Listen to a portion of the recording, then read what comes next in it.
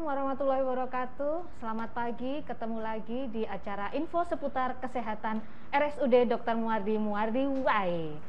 Terima kasih Sobat Muardi yang sudah nungguin kita nih hari ini. 1 jam ke depan nanti bersama saya Dr. Lintang spesialis anak. Dan juga hari ini kita sudah menghadirkan narasumber yang sudah hits banget di kota Solo Raya. Ibu-ibu, mbak-mbak pasti udah pada tahu nih yang di Solo Raya, penggemarnya dokter. Siapa lagi kalau bukan Dr. Nugroho spesialis kulit. Selamat pagi dok. Selamat pagi dokter Lintang. Sehat ya dok ya? Alhamdulillah. Tetap semangat ya dok? Semangat di tengah Tetap pandemi. Semangat nih. Kita udah banyak banget loh dok yang bergabung nih di Instagram maupun di Facebook. Sebelum kita masuk di topik nih, kita sapa-sapa dulu yang Sobat Muardi yang di Instagram maupun di Facebook. Ini ada Ima29, Diana Itara, Vegia Risti. Ya, terima kasih yang sudah bergabung di Instagram, di Facebook juga.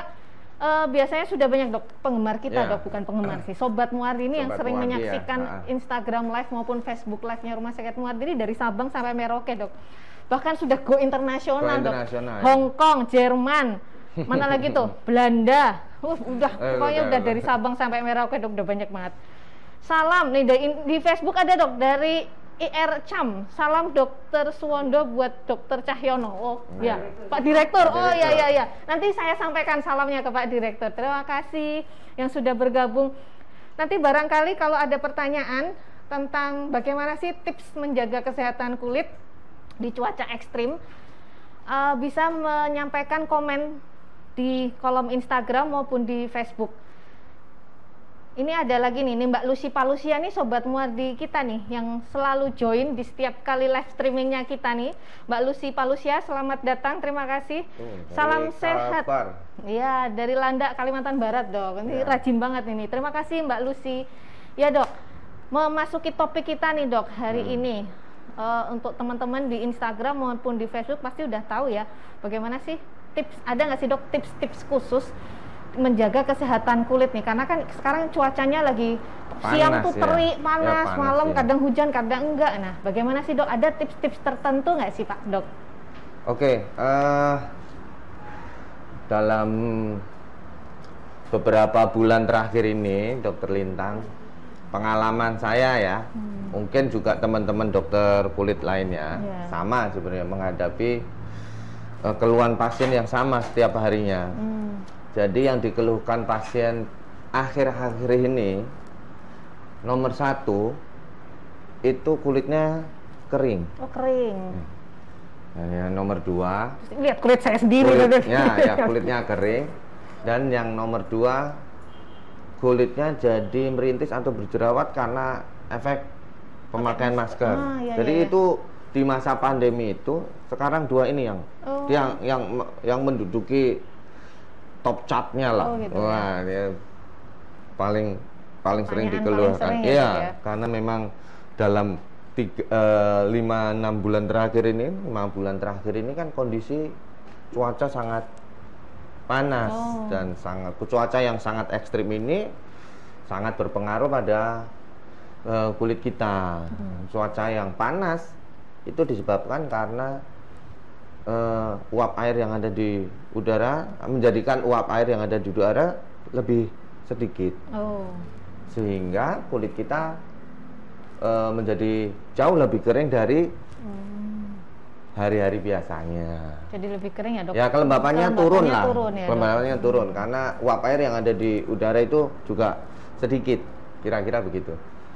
Nah kalau biar nggak kering gimana dok? Ada tipsnya nggak dok untuk apalagi yang perempuan ya dok ya terutama?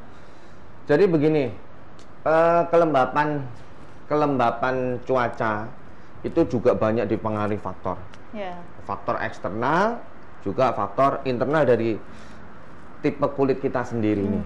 Nah kalau faktor eksternal sangat dipengaruhi oleh sinar matahari salah satunya.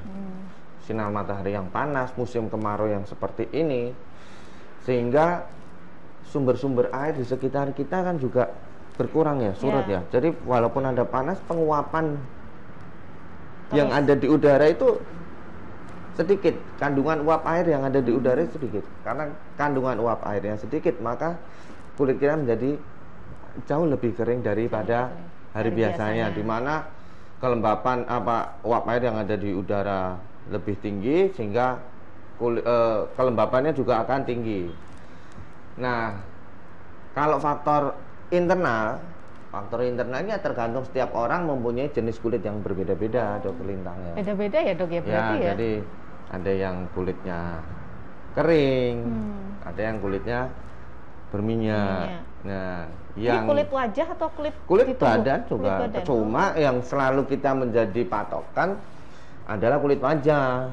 Karena kulit wajah adalah center point-nya, point of interest kalau dibilang orang fotografi itu point of interestnya dari kulit wajahnya. Kalau kulit badan kan tinggal misalnya pakaiin body lah, tapi kalau kulit wajah kan agak lebih sedikit ribet dalam merawat. Butuh ekstra ya, Dok, untuk perawatannya ya. Butuh ekstra perawatannya. Jadi mungkin seperti itu. Jadi ada faktor eksternal karena iklim dan faktor internal dari kulit kita sendiri yang berminyak, atau kulitnya yang kering, atau kulit yang normal, ada yang sensitif dan lain sebagainya, semua akan bermasalah. Bahkan kulit yang berminyak pun kalau kondisinya kayak begini pasti akan kering ya, Dok.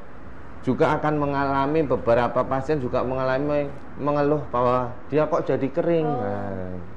Kira-kira begitu. Biar nggak kering kan, kalau misalnya kata orang, Dok, biar nggak kering nih, kalau internal katanya suruh banyak minum air putih. Sebenarnya itu ngaruh nggak sih, Dok, untuk mengurangi atau menjaga kelembapan kulit nih kita? Ya, minum air itu hubungannya dengan rehidrasi. Rehidrasi kulit. Rehidrasi kulit itu berarti rehidrasi semua badan kita ya. Dengan minum air yang banyak, berarti sel-selnya kita kan juga tercukupi kandungan airnya. Nah, seperti itu. Tapi ada beberapa faktor lain, tidak hanya kita minum air yang banyak, kita butuh pengganti pelembab lain yang ada di kulit kita. Nah, misalnya jadi pakai lotion ya, Dok? Ya, ada. Jadi kulit kita ini ada punya minyak. Namanya sebum. Sebum itu kalau kita kelenjar minyak, ada sebum yang diproduksi oleh kelenjar minyak. Namanya kelenjar sebasia atau glandula sebasia. Glandula sebasia itu akan mengeluarkan sebum. Nah, sebum itu fungsinya untuk meminyaki kulit kita. Itu secara alamiah ya, Dok? Secara alamiah itu memang ada. Jadi kalau kita kulitnya berminyak ya itu sebenarnya malah justru bagus, anugerah ya. Itu ya, Dok ya? Ya, itu justru anugerah karena kita punya pelembab alami yang namanya kelenjar sebasia. Itu bukan minyak loh ya, bukan lemak ya. Kan banyak yang menyalahartikan, banyak makan kacang, banyak makan minyak gorengan, supaya nanti kulitnya jadi berminyak. Itu salah. Oh, salah ya, Dok? Ya. Karena kelenjarnya beda. Kalau kita banyak makan lemak yang seperti itu, makanan nanti ditimbun di badan kita jadi lemak gaji. bukan di kulit. Terus akhirnya keluar minyak itu keluarnya dari minyak, bukan. Jadi itu beda loh, Sobat Muardi ternyata. Ya, Dok, ini sudah ada pertanyaan nih, Dok, di Instagram dari Sydney 1612. Dok, boleh tahu jenis kulit apa saja dan bagaimana mendeteksi jenis kulit kita? Lalu jenis kulit apa yang paling baik atau sehat? Oh ya, Dok. Jadi tadi sudah saya sampaikan sedikit ya. Jenis kulit itu ada klasifikasinya banyak ya. Ada beberapa klasifikasi. Tapi kalau kita mau simpelkan, itu kulit yang normal itu di tengah dia. Kemudian kulit yang kering atau kulit yang berminyak. Nanti pembagiannya ada seorang ahli yang membagi juga dengan sensitif dan non sensitif, dry or oily skin, wrinkle dan non wrinkle ya. Klasifikasinya banyak, tapi supaya mudah dimengerti, sebenarnya kulit itu hanya 3. Normal, kering, atau berminyak. Normal pun kadang ada yang normal cenderung kering, ada normal yang cenderung berminyak. Nah, itu dokter kulit nih yang tahu nih, begitu nih. Itu yang pertama. Ya. Terus jenis apa yang paling baik? Yang paling baik tentu kulit yang tengah. Yang normal ya, Dok? Yang normal, dia tidak kering dan dia tidak berminyak. Akan tetapi kita nggak bisa memilih kulit kita seperti apa, karena itu sudah genetik sifatnya. Jadi kita dikasih kulit kering, ya sudah, memang kita genetiknya kita mempunyai jenis yang seperti itu, atau kita mempunyai kulit yang berminyak. Ada kan banyak pasien yang kulitnya berminyak pengen kering. Oh gitu dok, ada. Ya dok, saya terlalu berminyak, supaya lebih kering kan begitu. Tapi orang yang kulitnya kering, dia minta, dok, kulit saya kering, supaya berminyak bagaimana? Biar glowing gitu kali dok ya, bahasanya Sobat Muardi ya, glowing gitu. Ya, glowing, shining, shimmering, splendid dok. Biar gimana? Jadi kita nggak bisa switch dari polnya itu ya, memang genetiknya seperti itu. Yang paling bagus, yang paling benar adalah yang kita normal merawat sesuai jenis kulit kita yang memiliki. Kalau kulitnya berminyak, kita harus merawat kulit kita sebagai memang kulit yang berminyak. Kalau kita kulitnya kering, ya kita harus menjaga kulit kita, merawat kulit kita sesuai kulit yang kering. Ya, itu ya. Semoga terjawab tadi pertanyaannya dari Mbak Sydney. Dok, kalau misalnya nih dok, ini pertanyaan juga kadang-kadang ada beberapa mbak-mbak nih atau mungkin mas-mas bukan juga sering tanya, kalau untuk itu tadi mungkin kulit wajah ya dok ya. Tapi kalau untuk kulit tubuh sendiri dengan cuaca kering ekstrim seperti ini, butuh lotion seperti apa sih dok yang biar kulitnya tuh nggak kering gitu dok? Oke. Salah satu kesalahan kita dalam merawat kulit badan ya, terutama ini ya, badan itu berarti keseluruhan dari wajah maupun di badan, supaya kulitnya kering. Supaya kulitnya tidak kering ya kan? Banyak kesalahan, beberapa hal yang perawatan yang menyebabkan kulit kita jauh tambah kering di luar eksternal ya. Di luar eksternal kan tadi saya sudah bilang, yang mempengaruhi juga cuaca, iklim dan lain sebagainya, kelembapan yang turun. Tapi ada beberapa hal yang sering kita lakukan dan itu menambah kering. Misalnya ini, mandi dengan air hangat. Atau air yang terlalu panas, itu akan menghilangkan barrier kulit kita, minyak lemaknya itu hilang. Ya, yang kedua, memakai sabun atau menggosok, mengscrub yang terlalu berlebihan. Jadi sesuai nih dok dengan pertanyaan nih, dari pertanyaan juga nih, kalau kulit kering dan gatal-gatal karena panas pakai mungkin antiseptik ya maksudnya ya. Mungkin antiseptik ya. Antiseptik itu juga mempengaruhi ya dok. Jadi banyak yang salah jadi begini para sahabat Muardi ya. Kalau kulit kering, kalau cuaca kering akan menyebabkan kita kulitnya juga kering. Kelembapannya turun, cuaca panas kayak begitu menyebabkan kulit kita kering karena kelembapan di luar juga turun kan.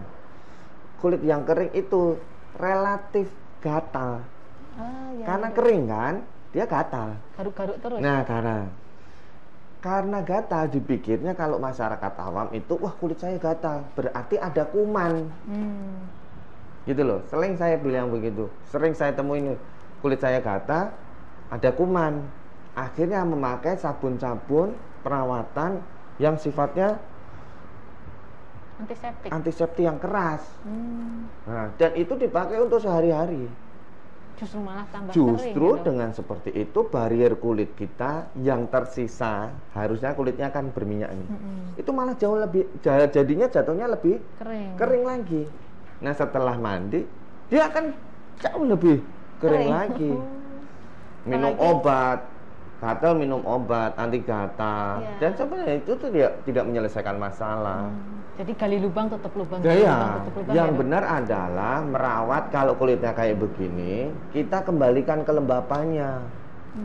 Minimal kalau kita mandi, jangan terlalu memakai air yang terlalu panas. Tuh, yang kedua, memakai sabun yang mengandung pelembab tinggi sebenarnya malahan.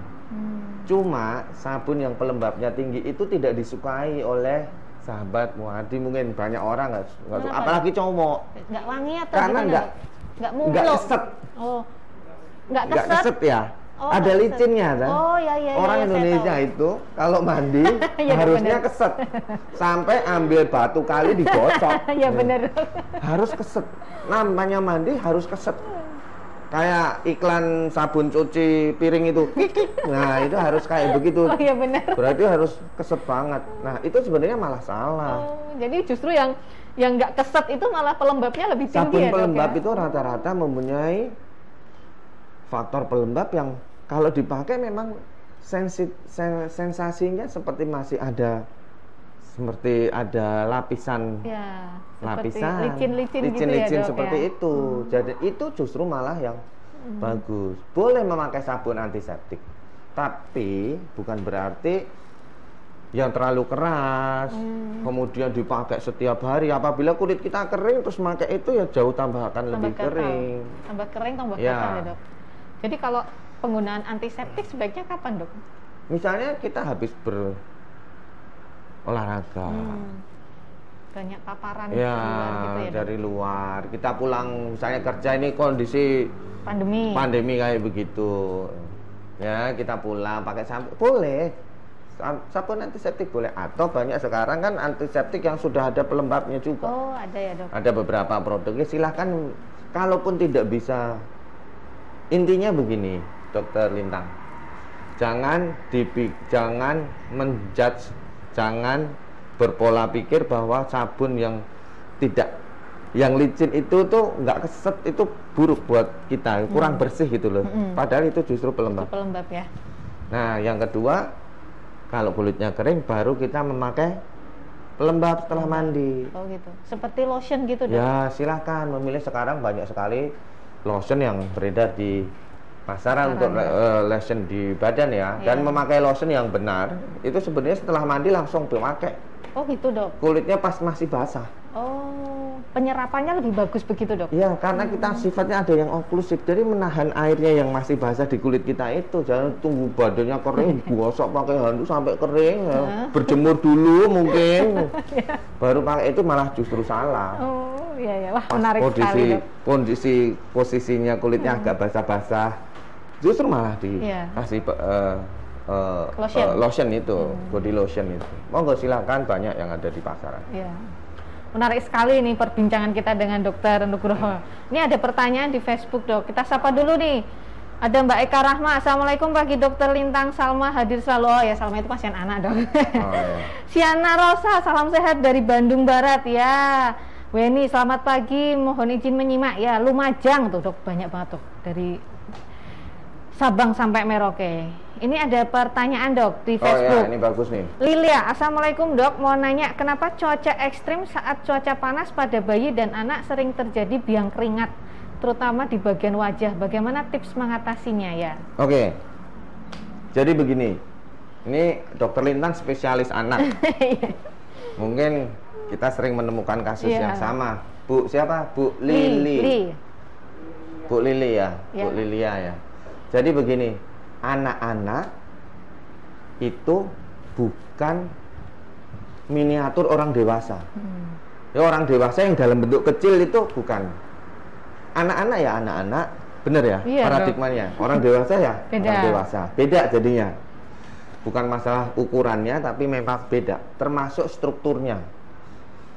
Pada anak-anak itu kelenjar minyaknya belum berfungsi secara normal 100%.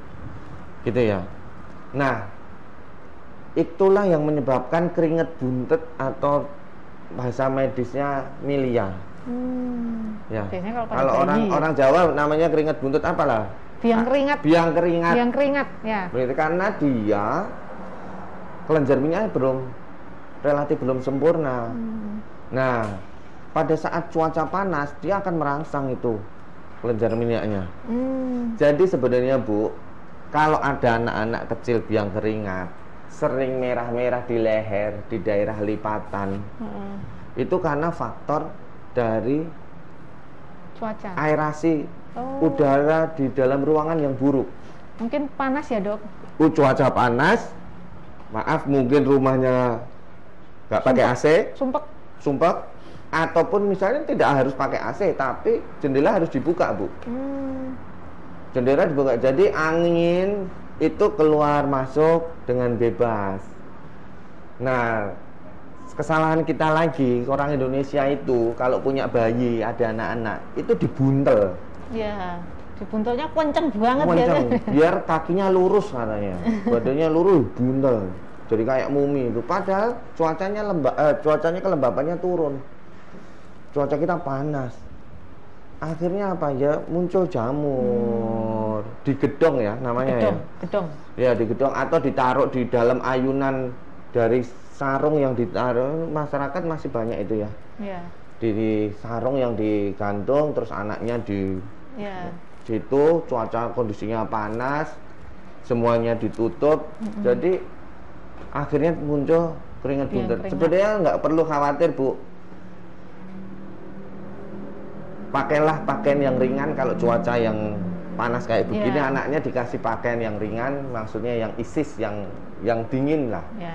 Jangan terlalu tebal, dikasih jaket sekali gitu. Yang kedua, perhatikan sistem aerasi. Jadi angin. Iya dok, kadang-kadang orang tua karena kulit anaknya merah-merah dikiranya alergi terhadap suatu makanan tertentu, biasanya seperti itu. Itu yang salah ya, dikit-dikit alergi. Dikit-dikit alergi, alergi susu. Setiap kali muncul kemerahan, apa alergi ya dok? Iya, alergi susu ASI. Oh ya enggak lah, masa alergi susu? Bapaknya harusnya alergi duluan gitu kalau kayak begitu ya. Jadi betul-betul harus dipastikan dulu ya dok, betul. Ya gitu. Nah itu, jadi perlu nggak sih dok kalau pada bayi dengan kelenjar sebumnya tadi kan masih tidak sebaik orang dewasa ya dok ya, biar tidak terjadi kulitnya sering muncul biang keringat, perlu pakai lotion juga nggak sih dok, lotion kayak baby lotion atau apa itu? Boleh, kalau cuaca, kalau kondisinya kulitnya kering memang, tapi kalau posisi kayak begitu cukup dikasih talc aja, bedak kayak begitu. Dan yang penting nomor satu aerasi.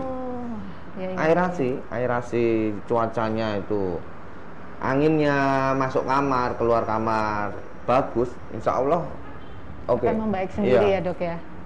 Ya, ada pertanyaan lagi nih di Facebook dari Weni. Dokter, saya mau tanya, saya mengalami gatal-gatal di siku tangan, tempurung kaki, punggung bawah, leher, bagian belakang, dan kaki. Rasanya gatal banget, luar biasa, disertai rasa panas yang menjalar sampai rasanya ke dalam, menyiksa sekali. Lanjutnya, apalagi kalau terkena matahari langsung, gatalnya merintis, berair, merah-merah di kulit dan menebal. Seperti itu, seperti gatalnya karena apa ya dok ya? Ya Bu Weni ya. Sebenarnya begini Bu, mohon maaf. Jadi syarat dari seorang dokter kulit itu sebenarnya melihat langsung. Jadi kadang yang diceritakan pasien dengan bentuk itu berbeda. Nah, ada beberapa penyakit juga mirip. Antara penyakit alergi dermatitis, yang namanya dermatitis, dengan penyakit jamur pun itu bentuknya sama, penyebabnya berbeda dok. Keluhannya cuma gatal dan merah. Gatalnya sama, merahnya sama. Yang satu karena jamur, yang satu karena dermatitis atau alergi eksim. Sama, obatnya beda. Dan saling berlawanan. Kalau jamur dikasih obat alergi, bukannya sembuh, malah jamurnya tambah banyak. Kayak dipupui gitu ya dok? Iya, kasih pupuk. Nah, untuk itu kalau dari ceritanya ibu, saya belum bisa menebak Bu, kalau tidak disertakan gambar atau gambar pun ya khas ya. Kalau dari ceritanya seperti ini, mungkin kemungkinan jadi banyak sekali. Masih banyak sekali. Saya juga belum bisa menebak ibu yang mana itu, karena di situ ada psoriasis, ada tinea, ada candidiasis yang berhubungan dengan cuaca. Banyak sekali. Kalau saran saya, monggo Bu Weni diperiksakan. Kalau di Solo Bu Weni, monggo silahkan ke rumah sakit Dr. Muardi. Sini ada stafnya di Polikulit. Monggo silahkan. Atau kalau di luar kota silahkan menghubungi dokter kulit Anda yang terdekat. Mungkin itu aja Bu Weni. Kalau tidak disertai gambar atau kita periksa langsung akan susah sekali. Ya, karena keluhan kulit itu sangat spesifik dan berbeda-beda ya. Jadi sebaiknya Ibu Weni konsultasikan langsung ke dokter spesialis kulit terdekat atau ke rumah sakit Dr. Muardi, Poliklinik Kulit dan Kelamin ya dok. Ini ada pertanyaan lagi dok di Instagram dari klinik Imron Medica.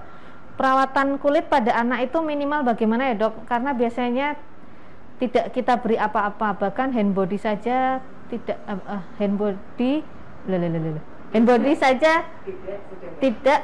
Oh, mungkin sudah tidak dikasih hand body aja sudah bagus kulitnya. Jadi perawatan kalau kulit pada bayi itu seperti apa sih, Dok? Gitu. Okay. Terus mulai umur berapa mulai dilakukan perawatan kulit minimalis untuk bayi berarti ya? Bayi apa anak-anak? Ah, beda. Bayi. Nah, anak. Oh, ini anak ya? Untuk anak. Oke. Anak-anak itu memang kulitnya sedang berkembang. Ya, fungsi kulitnya juga akan sedang berkembang. Yang paling sensitif mungkin yang lebih bayi ya. Lebih kecil mungkin juga belum terbentuk sempurna. Ya memang rata-rata anak-anak kulitnya masih bagus karena dia masih dalam tahap pertumbuhan menjelang pubertas seperti itu. Tapi bukan, jangan salah, tapi bukan berarti dia ada keluhan. Banyak juga sebenarnya keluhan penyakit kulit yang terjadi pada anak-anak. Kembali lagi, perawatan kulit itu apabila kering ya kita kasih pelembab.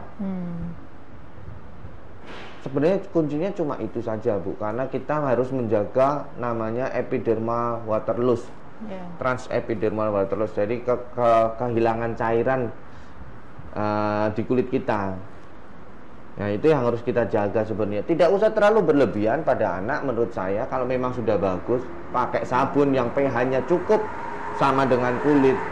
Kan sabun untuk anak-anak dan sabun untuk orang dewasa kan berbeda ya, Dok? Beda di pH. Kadar pH. Untuk pelembabnya pun juga berbeda ya, Dok? Iya, mungkin ada beberapa produk yang sudah dikasih pelembab. Jadi itu saja. Kalau menurut saya anak-anak tidak usah terlalu lebay kita apa.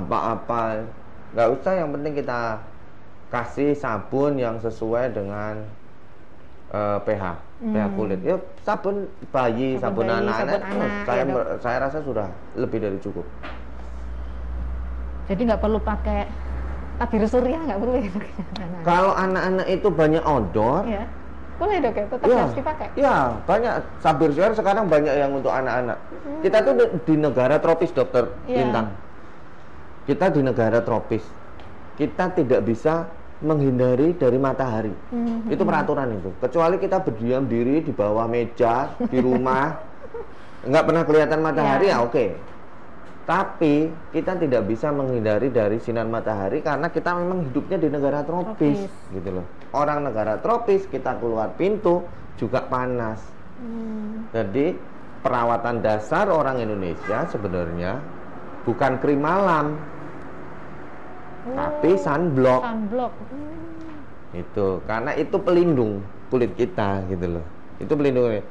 Kita tahu ozonnya tambah besar, lubangnya, ultravioletnya sudah tidak ada penghalang lagi masuk ke permukaan bumi. Efek rumah kaca karena cuacanya jadi panas, pasang AC, AC-nya ada freonnya bolongin mana lagi? Ozon lagi, ozonnya tambah besar lagi, buminya tambah panas, tambah pasang AC lagi, keluar, yuk muter kayak begitu terus, pohonnya ditebangin semua, jadi tetap harus pakai tetap harus pakai tabir surya ya. Tabir surya kalau anak-anak mau kegiatan di luar, mau main, ada kan yang olahraga dari kecil sudah harus olahraga, ikut klub sepak bola, ikut berenang, silahkan menggunakan sunblock yang khusus untuk anak-anak. Tipsnya nih dari Dokter Nugroho. Ini ada pertanyaan, Dok, pelembab apa yang sebaiknya digunakan saat cuaca terlalu dingin karena bikin kulit kering? Kalau dingin juga bikin cuacanya terlalu dingin bikin kulit kering ya, Dok? Tekanannya, tekanan udaranya itu yang akan membedakan. Jadi faktornya kan banyak banget cuaca dingin.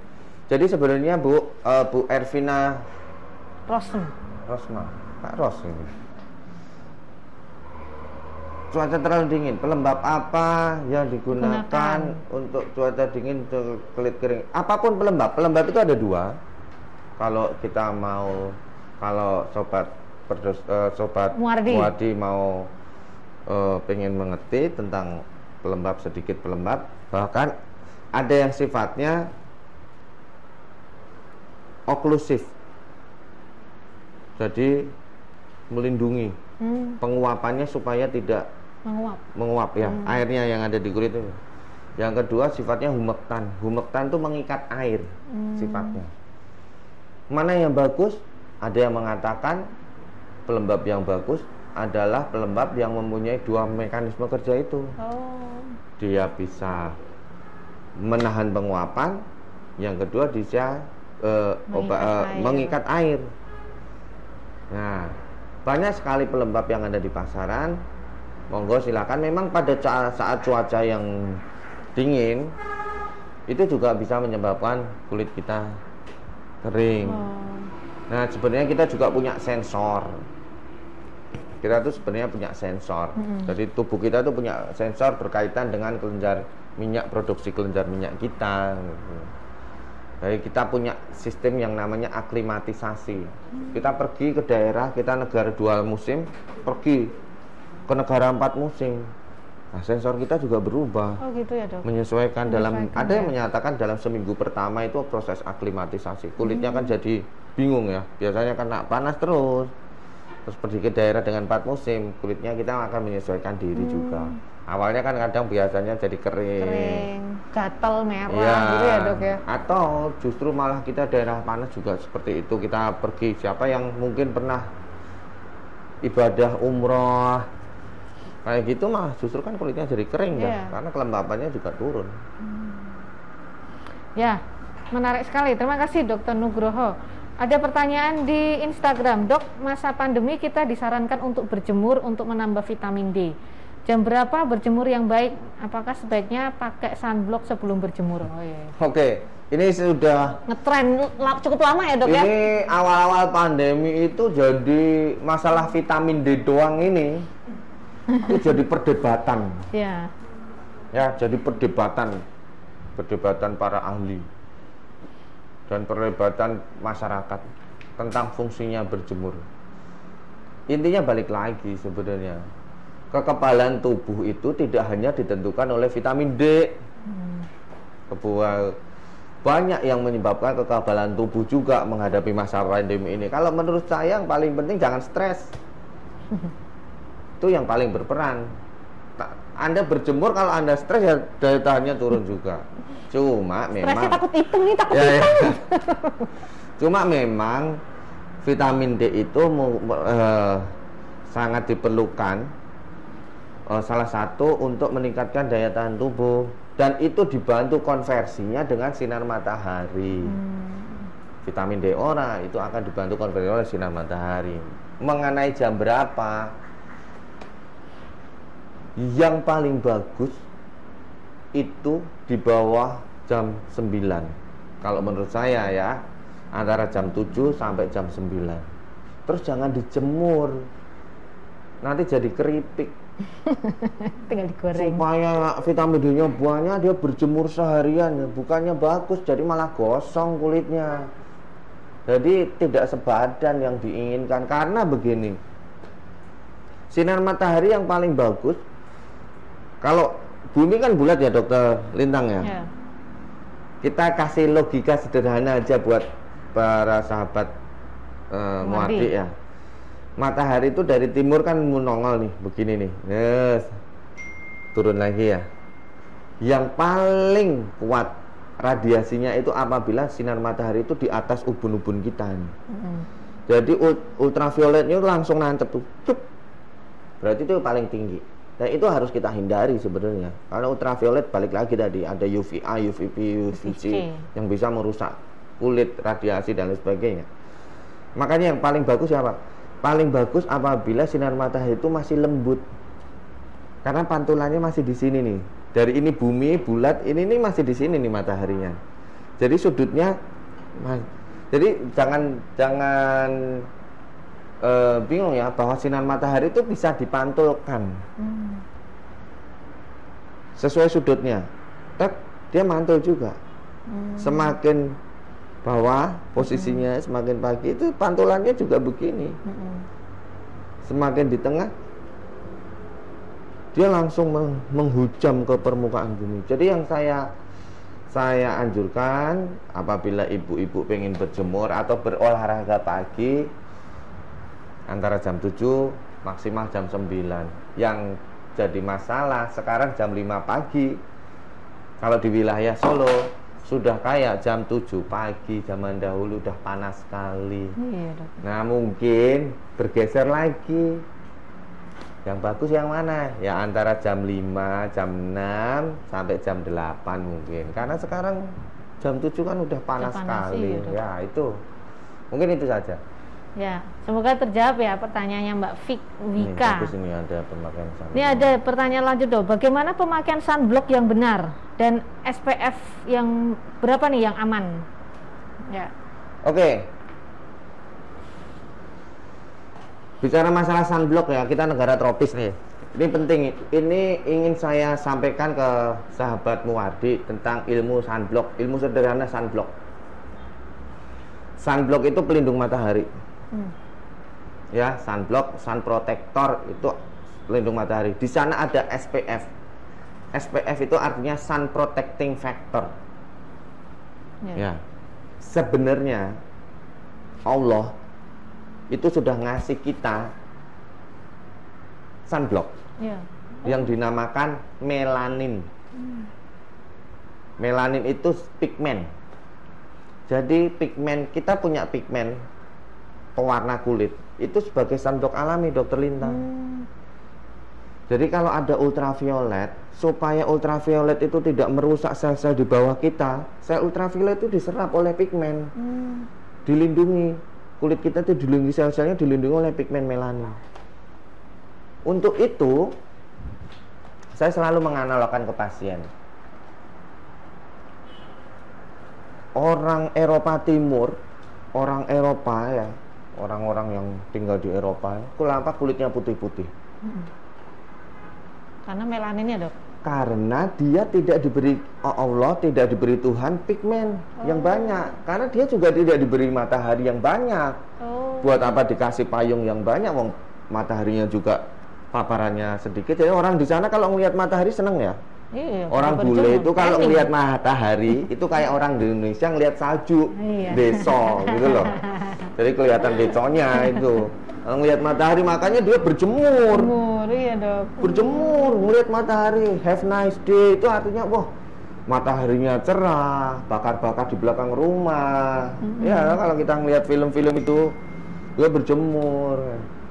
Nah, orang-orang di Eropa sana memang dikasih kulit yang jenis yang putih karena pigmennya memang sedikit, karena mereka tidak dikasih, logikanya ya, saya ngasih logika sederhana, tidak dikasih matahari yang kuat. Sedangkan orang Afrika dikasih pigmen yang banyak, dikasih payung yang banyak karena dikasih matahari sepanjang tahun. Bener ya, kira logikanya seperti itu ya. Pelindungnya ya. Iya, pelindungnya. Kalau orang Indonesia itu sebenarnya kulit yang paling bagus menurut saya. Tidak putih banget, tidak hitam banget. Sawo matang, Dok. Iya. Separuhnya hujan, separuhnya panas. Mataharinya nggak kenceng banget, juga nggak redup banget, nggak. Makanya kita dikasih pigmen juga separuh kulitnya sawo matang. Sawo kulitnya coklat kayak begini. Kira-kira begitu. Nah, apa yang disebut dengan sunblock itu tadi? Sunblock itu menggantikan, menambahkan pigmen yang kurang ini tadi. Hubungannya apa dengan SPF? Apa, Dok? Orang yang kulitnya putih butuh SPF lebih tinggi. Karena pigmennya sedikit, jadi dia butuh yang dari luar yang dioleskan itu SPF-nya jauh lebih tinggi. Biar pelindungnya juga lebih banyak ya, Dok? Nah, pelindungnya lebih bagus. Sedangkan orang kulitnya gelap, SPF-nya nggak usah tinggi-tinggi. Mungkin SPF 10-15 buat orang Afrika sudah, orang kulitnya ya orang negro itu sudah cukup karena dia sudah punya pigmen di dalam payung sunblock alaminya yang namanya pigmen itu tadi. Orang Indonesia sebenarnya hanya cukup dengan 15 sampai 30. Oh, sudah cukup ya, Dok? Sudah cukup. Yang jadi masalah dari sunblock itu bukan SPF-nya, tapi repetitive use-nya, pengulangannya. SPF berapapun hanya bertahan 4 jam. Jadi pemakaian sunblock yang benar bukan masalah SPF-nya tinggi, tapi pengulangannya. Apabila kita keluar rumah jam 7, sebenarnya 4-5 jam ke depan, jam 12, fungsi proteksi dari sunblock itu sudah hilang. Berapapun SPF-nya, mau SPF 1000, mau SPF 1 juta, 4-5 jam juga sudah hilang. Touch up ya dok? Touch up, harus dipakai lagi. Jadi itu yang harus kita sampaikan di sini, pemakaian sunblock itu bukan hanya masalah SPF. SPF itu hubungannya dengan warna kulitnya. Tapi yang paling penting adalah pengulangan dari SPF itu sendiri. Mungkin itu ya. Dok, saya pernah tahu nih dok, pernah dengar katanya kalau efek samping sunblock itu juga bikin makin banyak komedonya ya dok? Benar nggak sih dok? Ya bisa. Karena beberapa sunblock sifatnya oklusif, makanya menutup pori-pori. Ya.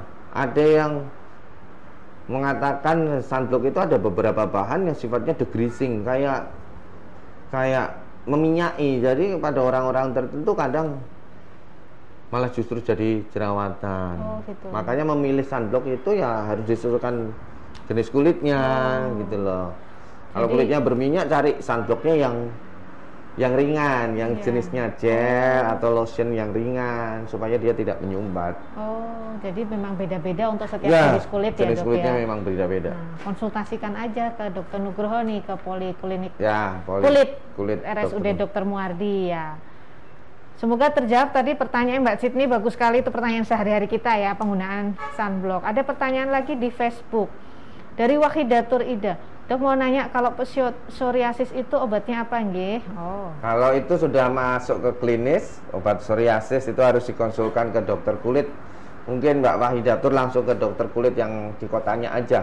Karena kalau saya resepin di sini juga nggak bisa juga. Nggak bisa ya dok ya? Harus beli di apotek, kan harus pakai resep juga. Tentunya harus dikonsultasikan lebih lanjut apakah ke itu dokter benar kulit. psoriasis atau bukan?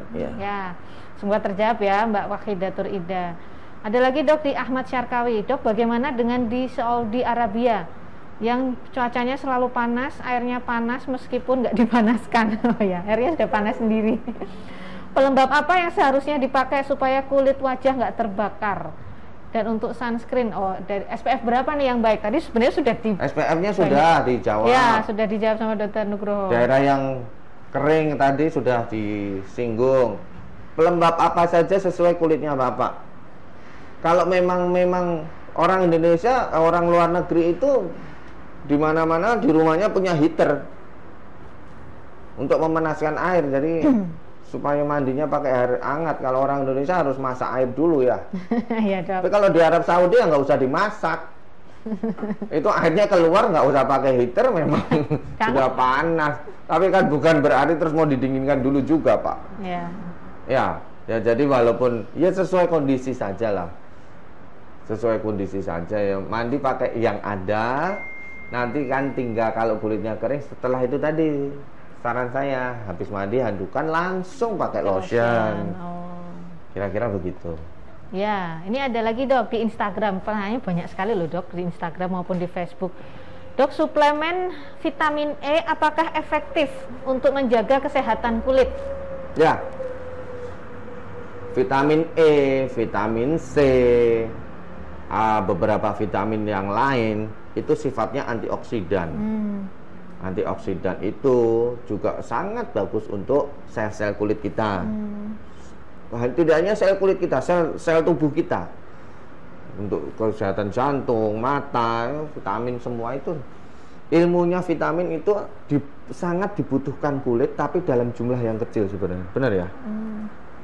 Jadi yang berlebihan itu juga nggak kepakai sebenarnya. Kita minum vitamin C banyak, sebenarnya yang dibutuhkan sedikit, yang lain dibuang juga.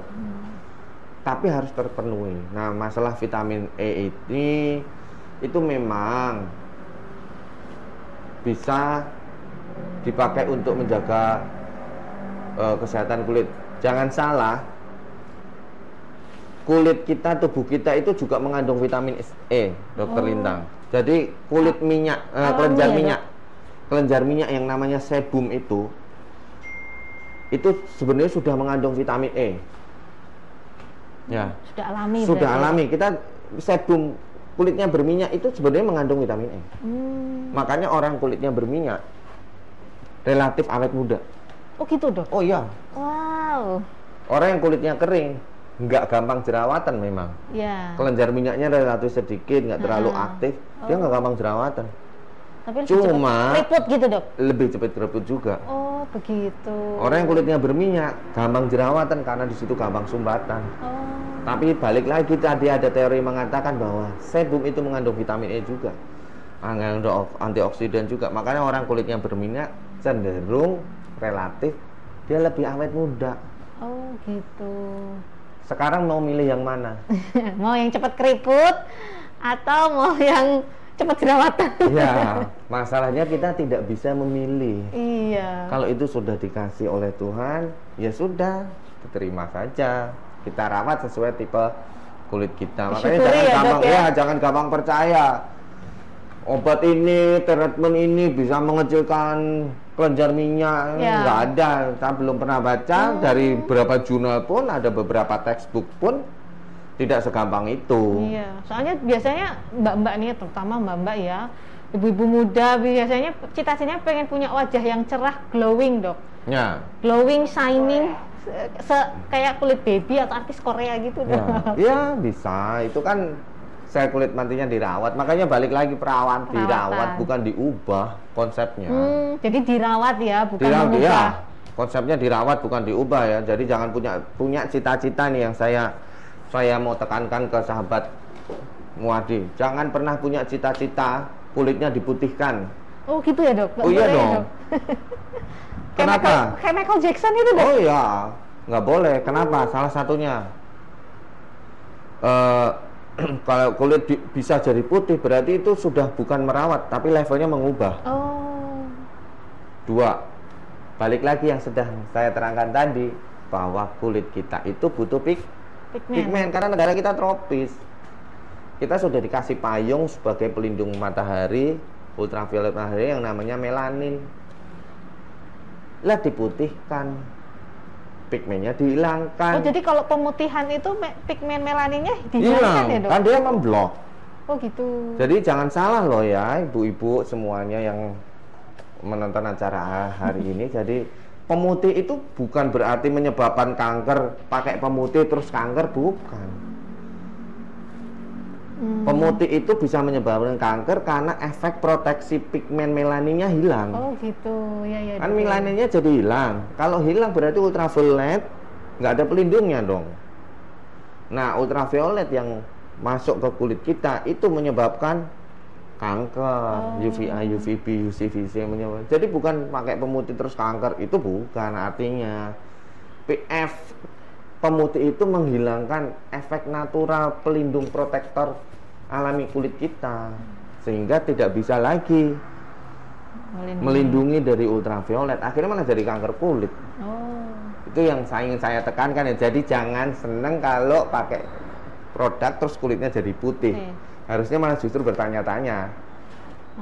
Ini mencerahkan ya. Semoga jawabannya Dr. Nugroho mencerahkan nih kegalauan mungkin mbak-mbak, ibu-ibu muda atau mas-mas nih di luar sana dok, seringkali cita-cita pengen punya kulit putih. Iya, orang luar negeri bule-bule itu pengennya menghitam. Seneng sama orang Indonesia karena exotic skin dibilang. Kulitnya tuh berwarna, nggak putih banget, nggak hitam banget, nggak bosenin. Orang Indonesia itu kulitnya exotic skin, makanya kita harusnya bangga dengan exotic skin. Gitu ya. Iya. Ya, menarik sekali Dr. Nugroho. Ini masih banyak banget nih dok pertanyaan di Facebook. Kenapa ya dok kalau usia semakin senja ada timbul warna menghitam belang di kulit? Ya, halo Pak Putut Nugroho ini. Ini bukan Bu Sri Kandiwati ya. Ini memang ada beberapa penyakit Bu, ada kelainan kulit yang dihubungkan dengan usia. Usia itu juga akan berkorelasi dengan cuaca juga. Semakin usia tua, semakin usia senja kan berarti kita sudah mendapatkan paparan matahari yang panjang juga. Dan paparan matahari itu kan juga akan menyebabkan kelainan pigmen walaupun ada yang genetik. Misalnya evelit, freckles, bintik-bintik itu memang keluar dan itu sifatnya genetik.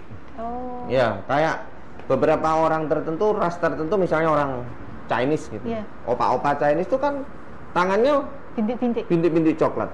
Oh iya, Dok. Itu sifatnya genetik. Itu genetik berarti ya? Iya. Jadi sebenarnya nggak usah terlalu dipermasalahkan. Sunblock. Harus sunblock. Ya, kayak balik lagi.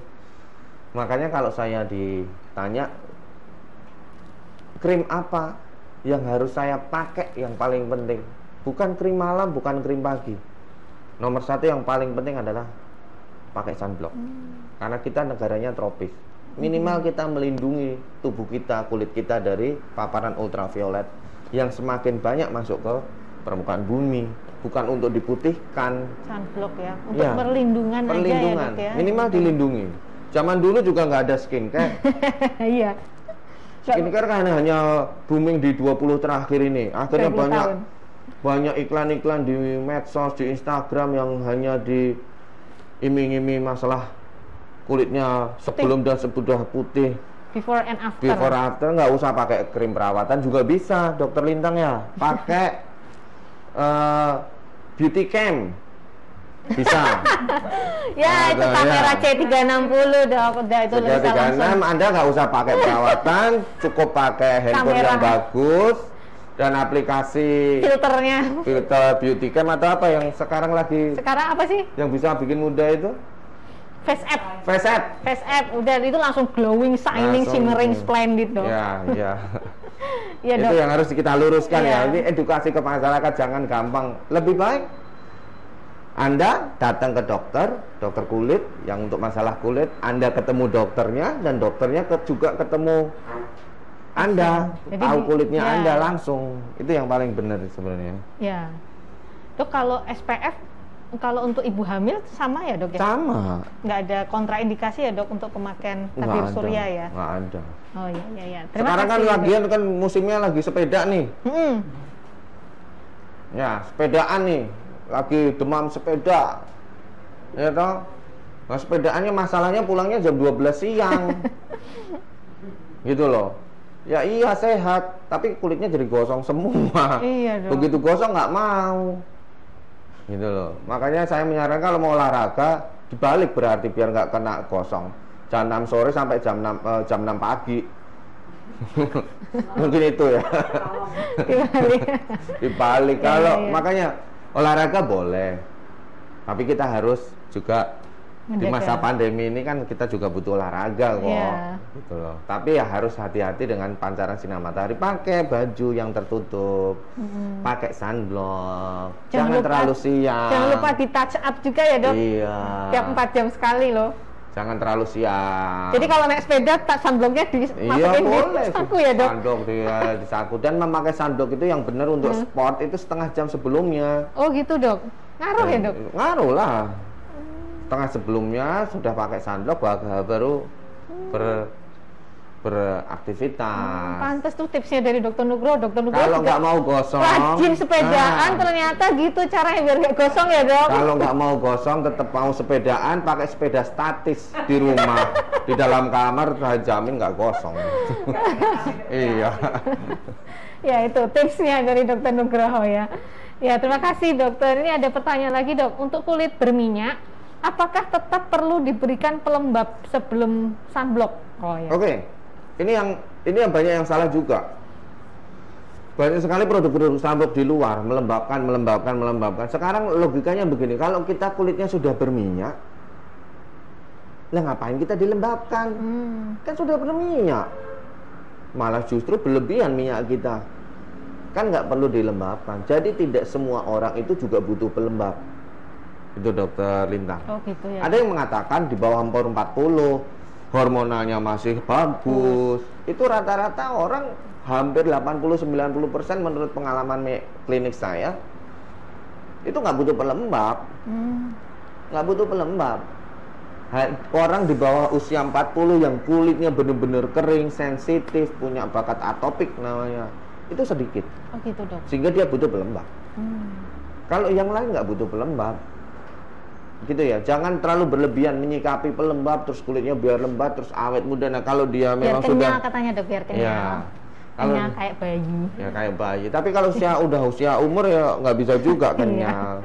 Tua itu pastilah. Iya. Tua itu pasti. Nah, makanya kita merawat kulit itu bukan untuk membalik. Umur 40 dirawat supaya jadi umur 30. Impossible. Ya kayak umur 20, Dok. Nah, itu impossible. Nggak mungkin ya, Nggak Dok, mungkin. Ya? Yang benar itu umur 30 dirawat supaya nanti umur 40 kualitas kulitnya masih bagus. Jadi investasi sebenarnya, Dok, ya? Iya. Makanya jangan terlalu gampang memakai produk yang tidak diketahui asal-usulnya. Bukannya berinvestasi. Umur 30 dirawat, 40 malah rusak yang ada sekarang. Udah habis duit banyak, wajahnya rusak. Perawatannya untuk mengembalikan ke kulit bentuk semula juga akan jauh lebih susah ya, Dok, ya? Betul. Ya, itu semoga terjawab nih. Masih ada waktu kurang dari 10 menit. Kalau ada yang masih mau bertanya bisa di Instagram maupun di Facebook. Silahkan. Ini ada pertanyaan, Dok. Kalau biang keringat pada anak sudah dikasih bedak tapi belum berkurang juga, bagaimana nih, Dok? Ya, bagaimana cara mengatasinya? Itu tadi sudah disampaikan di depan ya, Bu, ya. Aerasi itu juga penting. Maksudnya perputaran ruangan udara, sirkulasi kok aerasi ya. Sirkulasi udara di dalam ruangan juga harus dipertimbangkan. Jangan terlalu dikasih. Emang anak-anak itu harus dikasih jaket tebal gitu. Terus digedong, diikat. Enggak, di luar negeri juga. Oh, di luar negeri itu udaranya dingin loh. Anak-anak nggak ada yang digedong. Nggak ada, biarin aja. Ya, kalau didong itu sebenarnya untuk menjaga suhu tubuh sih. Suhu tubuh. Karena kalau bayi kecil kan dia sering terjadi hipotermia. Tapi semakin besar bayinya kan kulit lemak di tubuhnya kan juga akan semakin tebal. Jadi yang jadi masalah itu kan kita terlalu berlebihan. Iya. Sudah terlalu berlebihan, cuacanya panas kayak begini, akhirnya jadi resiko biang keringat. Bahkan jamur kan banyak itu ya. Jamur Candida yang ada di lipatan, ketiak, leher itu sering disebabkan karena terlalu berlebihan terlalu ketat. Jadi yang penting adalah sirkulasi, Bu. Kalau belum berkurang karena Ibu pakai bedak yang tadi disampaikan, monggo silakan ke poliklinik kulit, ke dokter kulit terdekat. Nanti mungkin butuh obat topikal yang lain. Atau mungkin diagnosisnya berbeda ya, Dok, ya? Mungkin juga diagnosisnya berbeda ya. Bukan cuma sekedar biang keringat, tapi ada penyakit yang lain. Mungkin jamur kan juga bisa itu tadi. Ada pertanyaan di Facebook dari Siana Rosa, Dok, apa benar kurang tidur bisa menyebabkan kulit lebih cepat keriput? Mitos atau fakta nih, Dok? Kalau kurang tidur bikin kulitnya keriput, Dok? Bisa iya, bisa tidak. Bisa iya, bisa tidak. Karena tubuh kita itu memang mengalami tertinggi, metabolisme tinggi kan pagi hari itu. Jadi apa yang kita makan, apa yang kita inikan dalam sehari-hari itu akan diproses pada saat malam hari menjelang kan tertinggi metabolismenya di situ. Memang kita butuh istirahat yang cukup juga sangat penting gitu loh. Tapi faktor kulit keriput tidak hanya ditentukan oleh pola tidur gitu ya. Tapi tidur yang kurang juga tidak baik untuk kesehatan tubuh. Kulit juga bisa, tapi jangan dibalik. Kulit keriput itu gara-gara kurang tidur. Nah sekarang kalau pekerjaannya memang dia satpam atau petugas perawat yang harus jaga di 24 jam gimana? Iya. Kan tidak ada jaminan juga ya kulitnya jadi keriput. Ya, semoga terjawab nih Mbak Siana Rosa. Dari Prita Mama Fafado, benarkah kalau perawatan kulit ke dokter bisa bikin ketagihan? Ketagihan apanya nih, Dok? Oke. Gimana nih, Dok? Apa sering, Dok, pertanyaan seperti ini ya? Sering dan butuh edukasi yang kuat. Iya. Itu tadi yang saya sampaikan. Perawatan itu beda dengan mengubah. Merawat dengan mengubah beda. Ya, Dok ya. Merawat dengan mengubah beda. Kita punya mobil, dirawat, diservis, sama dimodifikasi, diganti-ganti, beda nggak? Beda. Mana yang lebih awet, Dok? Yang cuman di awal aja, Dok, di perawat-perawat aja. Ya, yang bener kan dirawat. Iya, dirawat. Mobil kita servis tiap 10.000 km diservis, itu kan tujuannya dirawat supaya dia awet mobilnya. Mobilnya itu umurnya udah 10-20 tahun mungkin, tapi masih enak dipakai karena itu tadi konsepnya dirawat, bukan diubah. Sedangkan kalau diubah pasti tidak awet. Sama dengan kulit kita. Kalau kita kulitnya dirubah-rubah, bagus di depan, rusak di belakang. Tapi kalau kita dirawat beda. Nah, apakah bikin ketergantungan? Sekarang kalau kita merawat kulit itu kebutuhan apa ketergantungan kira-kira? Tentunya kebutuhan dong, kebutuhan. Dok. Jadi kalau kulit kita tidak dirawat terus kusem lagi, ya iyalah, mau tidak dirawat. Iya. Mobilnya diservis sekali doang, habis itu dipakai, nggak diservis lagi. Apakah servis itu mobil itu juga ketergantungan? Bukan. Servis mobil berkala itu namanya kebutuhan. Sama dengan kita juga merawat kulit itu kebutuhan. Merawat gigi, merawat kesehatan itu kebutuhan, bukan ketergantungan. Tolong dibedakan ya. Makanya saya tetap ada konsep kita merawat, bukan mengubah. Nah ini, Dok, dari Mbak Winda Ima. Makasih, Dok, penjelasannya. Jadi nggak insecure deh. Pilih lebih bersyukur aja dan sekarang menjaga kesehatan kulit tuh top. Nah seperti ini nih ya, Dok ya. Prinsipnya merawat tapi bukan mengubah ya. Jadi disyukuri apa yang ada ya, Dok ya. Kita nggak bisa berubah. Kita rambutnya keriting, mau direbonding, mau 100 juta salon ya nggak ada yang bisa balik bikin rambutnya lurus terus. Ya balik lagi, rambutnya dimerah kayak trio macan itu, warnanya merah semua tuh. Ya setahun dia balik lagi, hitam lagi karena itu sifatnya genetik. Kalau sudah genetik ya sudah. Biasanya cowok-cowok kulitnya sudah hitam, gelap mungkin ya, gelap. Tapi ya tetap juga perlu perawatan ya, Dok. Ya, kalau sekarang kan sudah beda ya. Karena kita berhubungan dengan zaman milenial kayak begini, kita tampil. Iya, Dok. Ya, ketemu dengan banyak orang, meyakinkan kan salah satunya itu. Kita supaya tampil percaya diri. Makanya kapan mulai dirawat? Bolehkah cowok? Boleh. Nggak ada masalah. Nggak ada masalah. Dan orang yang cowok perawatan pun bukan berarti dia melambai atau genit, bukan. Itu kebutuhan juga. Banyak kok pasien-pasien cowok yang merawat kulitnya dengan baik. Karena itu sudah bagian dalam profesionalisme menurut saya. Tapi prinsipnya merawat ya, Dok. Ya merawat, bukan mengubah ya. Bukan yang gelap mau jadi putih kan? Ya, itu yang harus digarisbawahi ya, sahabat Muardi ya. Kalau sudah genetik ya sudah, terima saja. Sudah dirawat seadanya. Kita dikasih motor, ya sudah dirawat motornya biar bisa kemana-mana. Nanti kalau kayak begitu nggak ada selesainya. Ngelihat orang yang jauh lebih putih, pengen.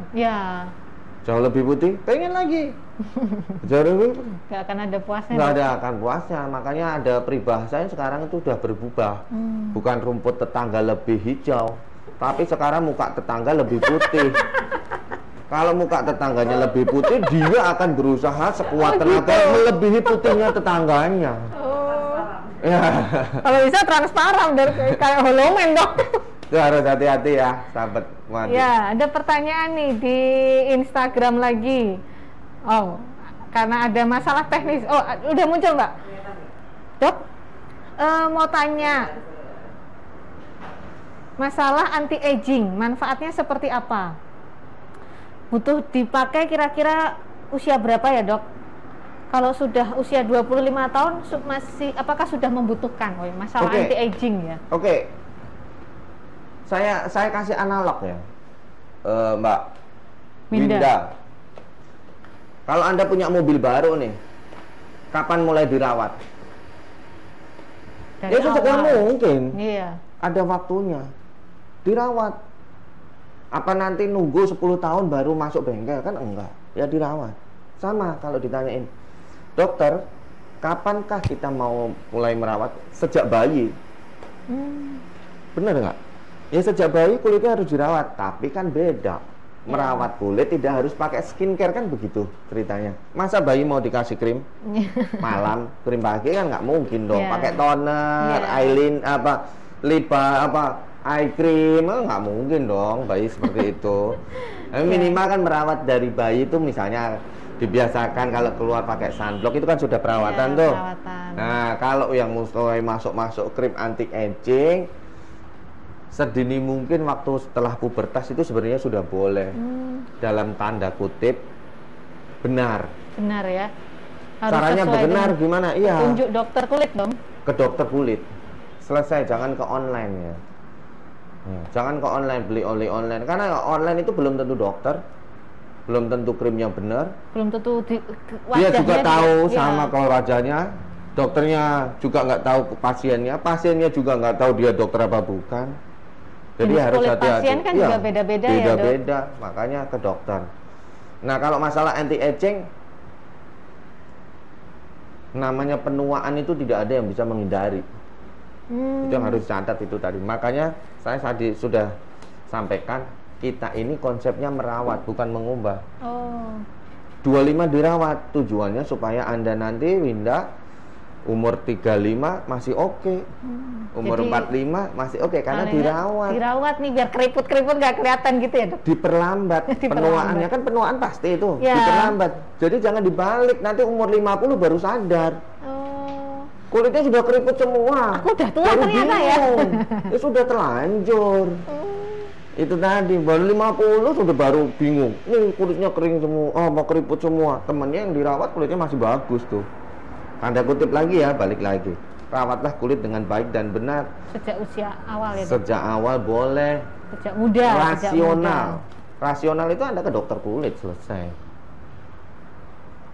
Ya, itu tadi pertanyaannya dari Mbak Winda. Semoga terjawab pertanyaannya. Dok, saya mau tanya nih Dok. Kalau untuk sedikit menyimpang dari pertanyaan ini Dok, dari temanya. Kalau untuk ibu hamil tuh kan sering ya Dok, kulitnya muncul garis-garis ya, keriput strie.